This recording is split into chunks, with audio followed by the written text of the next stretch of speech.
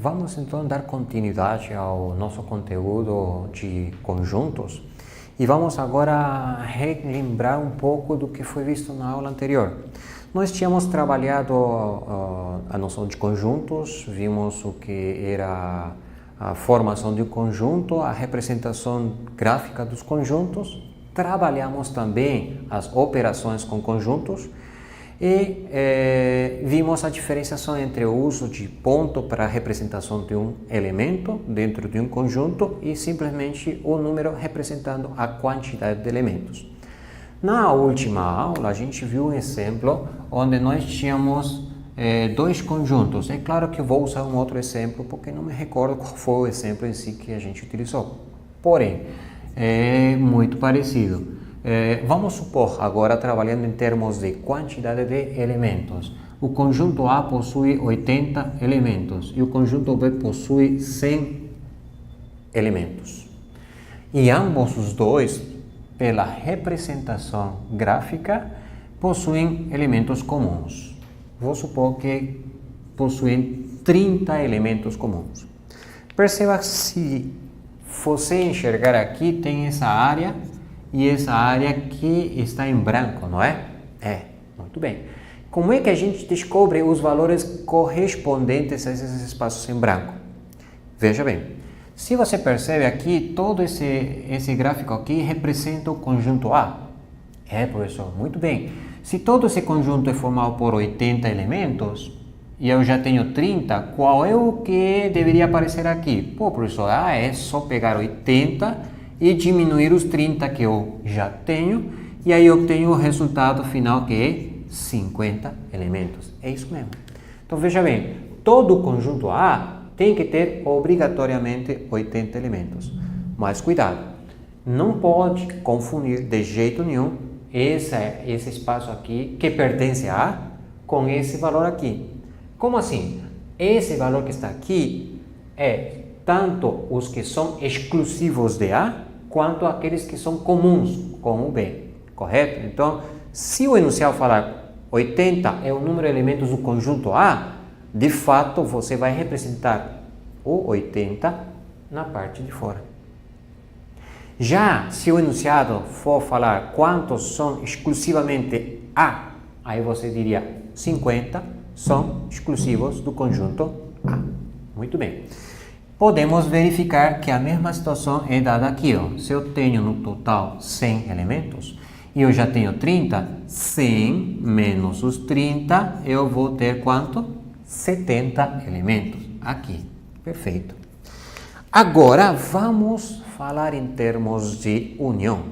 Se perceba que nós vimos na aula passada que a união B possui quantos elementos? 50, é só somar. Graficamente, visualizando, fica fácil de enxergar. Mais 30, mais 70. 150 elementos é o número total de elementos que tem o conjunto A união B. Correto? Agora, disse também na aula passada que existe uma fórmula que poderia nos auxiliar a chegar ao mesmo resultado, sem necessidade de montar um gráfico. E a fórmula que a gente vai poder utilizar para essa questão é a seguinte: o número de elementos de A união B vai ser formado por a quantidade de elementos que o conjunto A possui, mais a quantidade de elementos que o conjunto B possui, menos a quantidade de elementos que são comuns a ambos os dois conjuntos. Veja bem, a gente tira a intersecção. Por que motivo? Porque a intersecção ela não pode repetir, então ela só pode ser contabilizada uma única vez. Então, se eu somar todos os dois e não tirar a interseção, eu estou somando duas vezes a interseção. Por isso que a gente elimina a interseção. Agora, vamos substituir os valores que a gente tem. Então, aqui, A união B, em termos de quantidade de elementos, é formado por A, cujo valor é representado por 80 elementos. Então, temos 80 elementos, mais o conjunto B, 100 elementos, menos a intersecção, ou seja, a quantidade de elementos que existe entre ambos os dois em comum. E aí nós vemos que é 30. Somando, temos 180, não é? Menos 30, o resultado vai finalizar com 150. Se nós verificarmos, chegamos ao mesmo resultado dos dois jeitos. Então, você poderá resolver uma questão que envolva a quantidade de elementos em termos de união, tanto graficamente quanto pela fórmula ou uso da fórmula. Eu particularmente prefiro usar o gráfico, mas também não é interessante descartar essa fórmula, porque eventualmente ela poderá nos auxiliar em algumas situações onde o gráfico não poderá auxiliar a gente, correto? Muito bem. Agora, vamos utilizar algumas palavras-chave para o caso nós estamos trabalhando apenas com dois conjuntos. Existe a possibilidade de trabalhar com três conjuntos, professor? Sim, existe. Então, eu vou utilizar primeiro, antes de entrar nas palavras-chave, a representação de três conjuntos. Quem sabe isso possa nos dar um up para finalizar essa parte do conteúdo, correto? Vamos supor, olha só. Como é que fica aqui a representação para três conjuntos que possuem todos eles os três elementos comuns? Normalmente o gráfico é assim, ó. Se os três possuem elementos comuns, o gráfico ele vai ser representado dessa maneira. E a área aqui comum aos três é esse pedaço que está aqui, ó. Esse pedacinho aqui é a interseção de todos eles, os três. Então, se eu colocar aqui, esse é o conjunto A, esse é o conjunto B, esse é o conjunto C. Ainda eu falo, o conjunto A possui 100 elementos. O conjunto B possui 110 elementos. O conjunto C possui 120 elementos. Olha só. Eu estou colocando, de fato, a quantidade de elementos na parte externa. Eu não coloquei aqui dentro, nem aqui, nem aqui. Por qual motivo? Como dito no exemplo anterior, só coloco aqui aqueles elementos que são exclusivos do conjunto. Ou seja, se o enunciado fosse falar 80 ou 100 ou 120 são exclusivos do conjunto A, aí você sim poderá colocar essa informação dentro dessa área específica. No entanto, como ele fala de todo o conjunto, então você obrigatoriamente representará todo o conjunto por um único valor na parte externa, para assim você padronizar e não se perder, correto? Muito bem. Vamos supor, olha só, como é que poderia vir a informação? Então, aqui vamos ver que o conjunto A, pelo que eu acabei de falar, possui 100 elementos. E o conjunto B possui 110 elementos. O conjunto C, 120 elementos. Vão vir outras informações adicionais, tipo, a interseção entre A e B é formada por, vamos supor, 40 elementos. A interseção entre A e C é formada por 50 elementos. A interseção entre B e C é formada por 60 elementos. E ainda, posso colocar aqui a interseção entre A, B e C é formada por 20 elementos, por exemplo. Muito bem. A dica que eu dou para vocês é sempre, quando você vai resolver um problema que envolva três conjuntos, as primeiras coisas que devem ser colocadas no gráfico são essas três aqui, ó. Os três que já foram evidenciados aqui no gráfico. Depois, aqui, dá uma pausa e pensa-se comigo. Se eu falar de A interseção B, que é igual a 40, eu tenho que remeter o gráfico a tudo isso que está aqui, ó, gente. Tudo isso que está aqui é A interseção B. Mas já vi muito aluno fazendo o seguinte, A interseção B colocou 40 aqui. Opa, cuidado, cuidado. Erro gravíssimo, pois A interseção B é tudo que está aqui. Para não cometer esse tipo de erros, você vai fazer o seguinte. Você representou os três. Professor. Perfeito. Você vai, de fato, ir para a interseção dos três ao mesmo tempo. Opa, então se eu represento os três nessa área específica, correto? Agora sim poderemos trabalhar 2 a 2. Como assim, professor? Veja bem, se a interseção entre A e B possui 40 elementos, a interseção é toda essa área que está aqui em vermelho, não é? É, professor. Bem, se tudo isso aqui é 40 e você já tem 20 aqui, logo a diferença é o que viria nessa área que está em branco. Porque os dois somados têm que dar o quê? 40. Muito bem. Você está enxergando aí que não era para colocar 40 aqui, não é? Porque 40 era toda essa área. Cuidado. Feito isso, você vai para a interseção C. Você pega A e C. A área comum entre A e C é toda esta aqui, gente. Tudo que está aqui em verde é a área comum entre os dois. E a área comum entre os dois é formada por 50 elementos. Porém, você já tem quantos? 20, professor.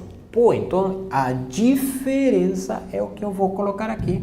E aqui eu colocarei quanto, então? 30, professor. Exatamente. Porque a soma dos dois tem que dar 50 elementos. Finalizando, teremos B interseção C, que dá quanto? 60, professor. Muito bem. A intersecção entre os dois, entre B e C, é formada por toda essa área que está aqui, ó. Aí, ó. Tudo que está aqui é B interseção C. Se que tudo isso aqui é 60 e você já tem 20, quanto devo colocar aqui então? 40, professor. É isso mesmo.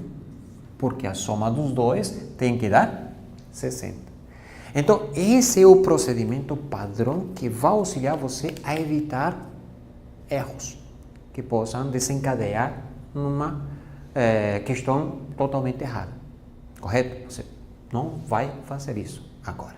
Você vai pegar, representar todos os conjuntos de maneira total, integralizada. Depois, você, antes de trabalhar 2 a 2, você vai, de fato, trabalhar os três ao mesmo tempo, para depois, 2 a 2, ver e ir descobrindo os elementos que estão faltando e completando. Muito bem. Agora, nós temos que continuar. Olha só, eu vou solicitar a união B, união C, por exemplo. Ou seja, eu quero saber qual é a quantidade de elementos que existem entre A, união B, união C. Bem, veja aqui o que eu vou fazer. Eu, como visto no anterior exemplo, sei que todo esse conjunto A possui um número total que está representado na parte externa, 100 elementos. Muito bem. Se de 100 elementos eu já possuo 20, 40, 70 elementos, olha só, eu já tenho 20, 40, 70 elementos, de 100, quanto é que está faltando completar aqui? 30, professor. É isso mesmo. Então você coloca 30, porque todo ele tem que dar quanto? 100 elementos. Perfeito. Continuando com a mesma linha de raciocínio. Eu tenho 20, 40 e 40 dá 80, professor. Perfeito, você tem 80, mas o todo tem que dar quanto? 110, professor. Ah, professor, então aí eu tenho que fazer o quê? 110 menos os 80 que eu já tinha somado. Isso dá quanto? 30, professor. É isso aí. Pô, coincidiu, professor? É, foi coincidência. Nem sempre vai ser o mesmo valor. Continuando, aqui você vai fazer o mesmo. Você tem 30, 50, é 40, 90, professor. 90 de um total de 120. Opa, então você vai ter aqui 120 menos 90, que deu, opa, 30 de novo. Meu, foi coincidência, gente, tá? Eu fui colocando os valores aleatoriamente e deu 30 para todo mundo. Perfeito, não tem problema. Se fosse uma questão de prova, se perguntassem quantos são exclusivos de A, você vai na certa, sendo qual for, vai ser 30. E exclusivos de B, 30. Exclusivos de C, 30. Olha só, já estou utilizando termos, palavras-chave que a gente vai agora começar a fixar. Lembre, na matemática, às vezes, a gente pode se auxiliar de terminologias que possam nos ajudar a identificar qual o tipo de questão que está sendo, né, solicitada. Muito bem. Mas a questão em si é, qual é o número total de elementos que possui a união dos três? Dica para vocês, tá? Você pegue o maior dos três. Quem é o maior dos três? Eu sei, professor. É verdade. Você vai ver que todo ele, se eu for somar todos os elementos que estão aqui, de fato, vai ter que dar quanto? 120, professor. É isso mesmo. Então, veja bem. A união B, união C, já tem, de fato, aqui quanto? 120 elementos, ou não é? Eu já somei isso que está aqui, ó. A soma tem que dar isso aqui, ou não é? Para que copiar de novo? Já tenho. Só falta completar com o que faltou preencher. Neste caso, 30, mais 20, mais 30. Pronto. A união B, união C vai ser 120, 150, 170, 200. Então, o número de elementos da união dos três é representado por 200. A união B, união C. Você perceba que o gráfico vem nos auxiliar de maneira prática em enxergar o que nós precisamos fazer para poder completar e assim somar quando necessário para obter o total de elementos da união de todos os três. Muito bem, perfeito. Vamos aproveitar e já utilizar, olha só, esses dois exemplos para utilizar de palavras-chave, tá? Então, vou voltar no exemplo anterior e aí eu vou falar para vocês o seguinte. Quando a gente fala lembram do que a gente viu da diferença de conjuntos? Tipo, A menos B, pois o 50 que está aqui, gente, representa a quantidade de elementos de A menos B. Olha só, você pegou todo o conjunto A e você eliminou qualquer vínculo com o B, sobrando somente 50. Esse resultado obtido, tá?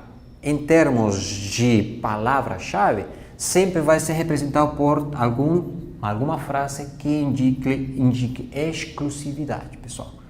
Exclusividade. Tipo assim, ó. Somente A. Opa. Se eu falei somente A, eu estou falando de exclusividade. Ou seja, só estou me preocupando com os elementos que pertencem unicamente a... Opa, mais uma palavra. Unicamente. Olha só. Sinonímia. A gente vai utilizar termos que se equiparem à exclusividade. Somente, unicamente, só, apenas. Está enxergando que existe uma quantidade grande de elementos, de palavras, frases, expressões idiomáticas que poderão ser utilizados para poder identificar qual operação que está sendo cobrada. Então, se vocês enxergaram o que eu acabei de falar, esse 70 representa o quê? Tudo que o B menos o A. Estou eliminando qualquer vínculo com o A. Ou não é? Olha só. De B eu elimino qualquer vínculo com o A. Eliminando, automaticamente fica com quanto? 70 elementos. Logo, esses 70 elementos que estão aqui também denotam exclusividade. Então, eu posso falar aqui, somente B são 70 elementos. Somente A, 50 elementos. Então, aqui, ó, olha só. Eu poderia colocar aqui, somente A é formado por 50 elementos.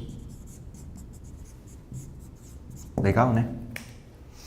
Eu posso utilizar a mesma frase aqui, unicamente B, porque agora estamos falando do B, que inicia aqui o B.